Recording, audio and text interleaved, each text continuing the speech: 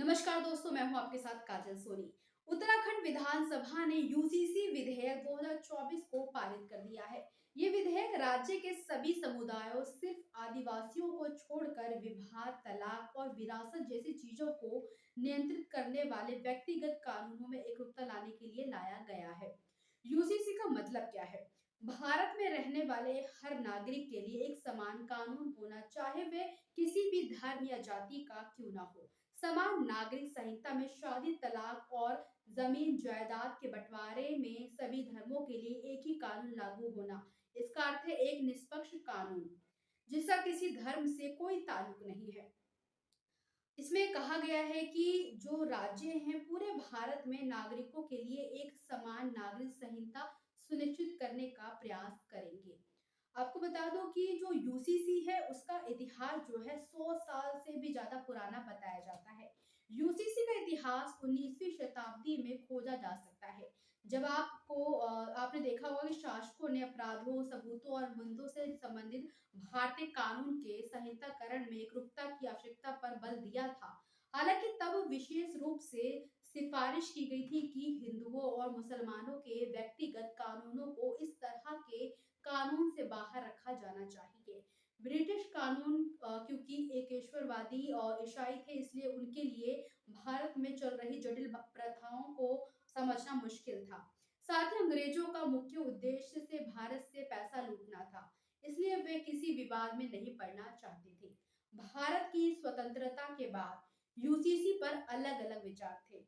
कुछ सदस्यों का मानना था कि यूसीसी भारत जैसे अलग अलग धर्मों, संप्रदायों वाले देश में लागू करना ठीक या बेहतर होगा, जबकि अन्य का मानना था कि यूसीसी देश में अलग अलग समुदायों के लिए बीच एक देश एक कानून की तर्ज पर सद्भाव लाएगा।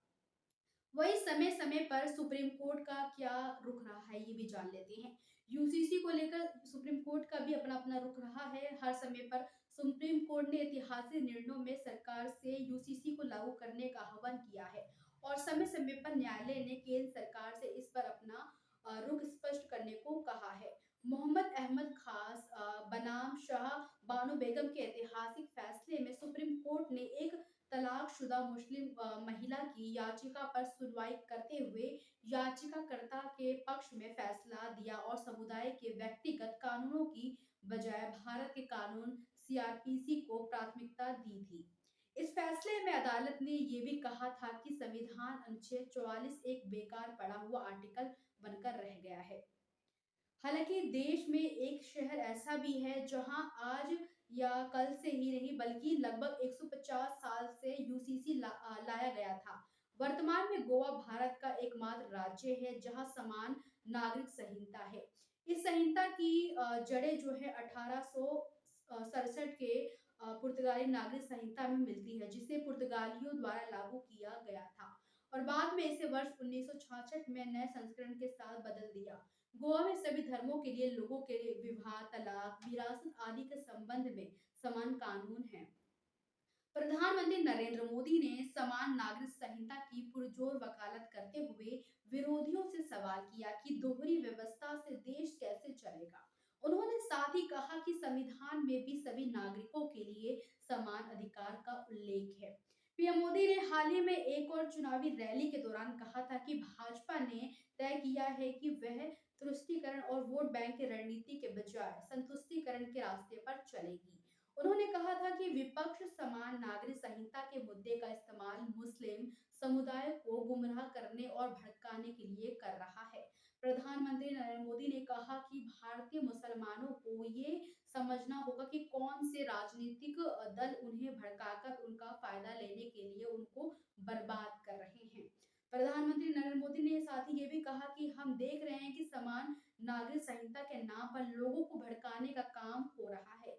एक घर में परिवार के एक सदस्य के लिए एक कानून हो, दूसरे के लिए दूसरा, तो क्या वह परिवार चल पाएगा? फिर ऐसी दोहरी व्यवस्था से देश कैसे चल पाएगा?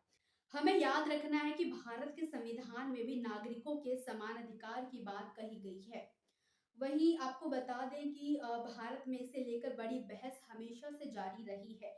वहीं दूसरी ओर पाकिस्तान, बांग्लादेश, मलेशिया, तुर्की, इंडोनेशिया, सूडान और इजिप्ट जैसे कई देशों में यूसीसी लागू किया जा चुका है, लेकिन भारत में इसे लेकर बहुत ही ज़्यादा बहस जारी है। लेकिन आपको क्या लगता है कि यूसीसी का लागू होना सही है या फिर गलत है? यूसीसी को लागू होना चाहिए या नहीं? हमें कमेंट सेक्शन में ज़रूर बताइएगा। हमारे चैनल को लाइक एंड सब्सक्राइब करना ना भूलें।